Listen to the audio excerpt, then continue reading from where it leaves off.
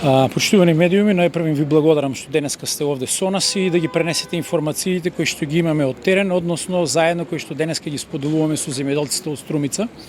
Најпрво би рекол дека ова не беше тензичен настан или состанок, најпрво ќе речам дека овде луѓето реално се загрижени за пласманот на своите производи и затоа денеска еве јас како ресорен министер, министерството, представниците на локалните самоуправи и сите останати инспекторатот за земјоделство сме овде за да ги констатираме проблемите со кои што тие се соочуваат.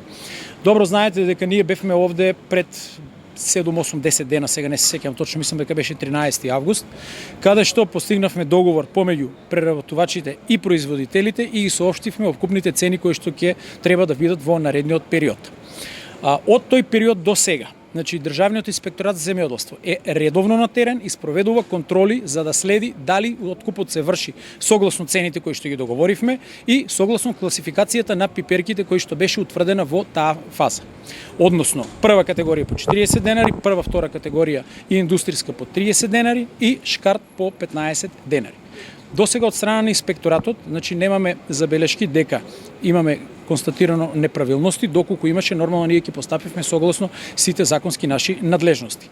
Затоа денеска на оваа средба добивме информација и ќе речем и уверување од страна на земјоделците дека ова што беше договорено не се почитува од страна на откупувачите и ова за нас е сериозна работа затоа што сметаме дека овде е нарушен договорот. Доколку е така.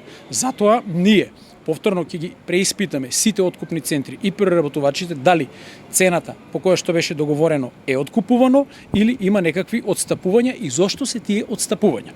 Бидејќи овде во оваа страна ние како медиатори во овој процес, зборувам државата, ги следиме и едните и другите и сакаме да видиме дали има доследно почитување на двете страни. Инаку од земјоделците слушнавме повеќе информации, затоа предложивме конкретно заедно со нив уште утре, доколку се договориме за овој состанок, значи јас денеска веднаш ќе направам контакт со Асоциацијата на преработувачи и директно со најголемите преработувачи кои што откупуваат од овој регион, вклучувајќи го и Прилеп, регионот кој што ќе треба да започне со откуп, бидејќи таму пиперката исто така е стасана за неколку дена, да седнеме на една заедничка маса и да видиме дали имаме некакви недоразбирања или недоследности во почитување на овој договор. Значи, овде сакам да повторам, иако земјоделците ме прашуваат дали од утре ќе биде истата цена. Јас како ресорен министер не определувам цената, државата не определува цената, тоа е пазарна работа, но затоа ќе седнеме со откупувачите кои што всушност се тие кои што определуваат цената. Односно преработувачите, откупувачите се нивната прва рака кои што ги преземаат пиперките. Од утре параме состанок и ги согледуваме сите работи на маса. Сметам дека она што беше договорено треба да се испочитува. Маката на земјоделецот, трудот кој што го има вложено, треба да се наплати и несомнено е и затоа сме денеска овде со нив. Тие не повикаа за на денешниот протест, дојдовме, разговаравме, ги согледавме сите состојби и сме тука за да бараме решенија. Морам да потенцирам дека помеѓу нив и од страна се случуваат работи кои што не се во нивна корист, односно имаме потикнување на немири и одредени работи со некаква си подршка од страна на одредени поединци, кои што всушност само даваат дополнителен проблем на овој проблем. Ние сме овде за да бараме решение, не сме за да го потикнуваме проблемот. Затоа, ја би сакал во овој процес да останеме земјоделците, ние откупувачите и преработувачите, тие се доволно паметни луѓе, знаат да произведат, но ги молам и да знаат да препознаат за сите ситуации кои што се случуваат околу нив.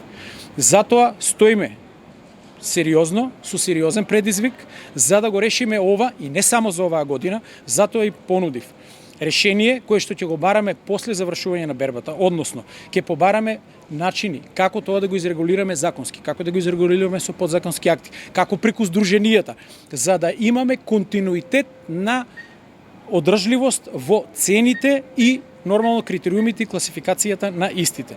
Не е добро да се повторува овој проблем секоја година. Знаеме дека ние како држава зависиме и од странските пазари, но барем да уредиме она што е во наши можности и во наши рамки. Само на тој начин можеме земјоделството да го ставиме во права насока и земјоделците да се чувствуваат сигурни и нормално да бидат посветени на своето производство кое што потенцирам мора да биде квалитетно. Секој пазар бара квалитетни земјоделски продукти. Така да ние ќе се стремиме кон модерно и квалитетно производство, а земјоделците верувам дека тоа ќе го почитуваат и ќе бидат соодветно наградени за својот труд. Само конкретно прашање. Дали дефинитивно Ако ги имавме склучено договори помеѓу преработувачите, трговците и земјоделците, ќе го имаше овој проблем и дали како министерство вие ќе бидете медијатори конечно да се пристапи кон договорено производство по однапред утврдени цени и однапред утврдени количини? Договорите кои што ги зборуваме всушност се и актуелни, бидејќи самиот закон за земјоделство и рурален развој во член 32 предвидува договор помеѓу производителот и откупувачот или преработувачот. Во тој договор мора да се содржани сите клаузули од количини, цени и едно друго комплет како што стои. Но имаме ситуации каде што не се почитува тоа, не се склучуваат договори и доваѓаме до ова состојба. Овде би сакал да напоменам и уште една работа, она што го спомнавте за организирано производство. Значи, што значи? Тоа значи дека ние, како земјоделци и како држава, треба да знаеме колку ќе произведеме. Доколку произведеме повеќе од она што можеме да го продадеме или извеземе, тогаш ние реално имаме проблем. Затоа мораме да имаме одржливо земјоделство, а тоа може само да го направиме доколку имаме конкретни стратегии и да знаеме што произведуваме и во колкови количини. Тогаш ниту една земјоделска култура или производ нема да остане на земјоделските парцели и сето она кое што е произведено со соодветен квалитет ќе биде продадено по соодветна цена. Дали токму ова ќе биде и предмет на разговор во октомври, рековте со премиерот, да знаете што ќе произведуваме и колку ќе произведуваме? Да, ние често со премиерот разговараме на оваа тема, како да дојдеме до одржливо земјоделство.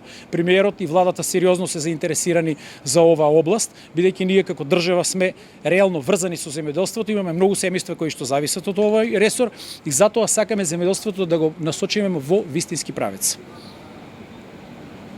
Благодариме.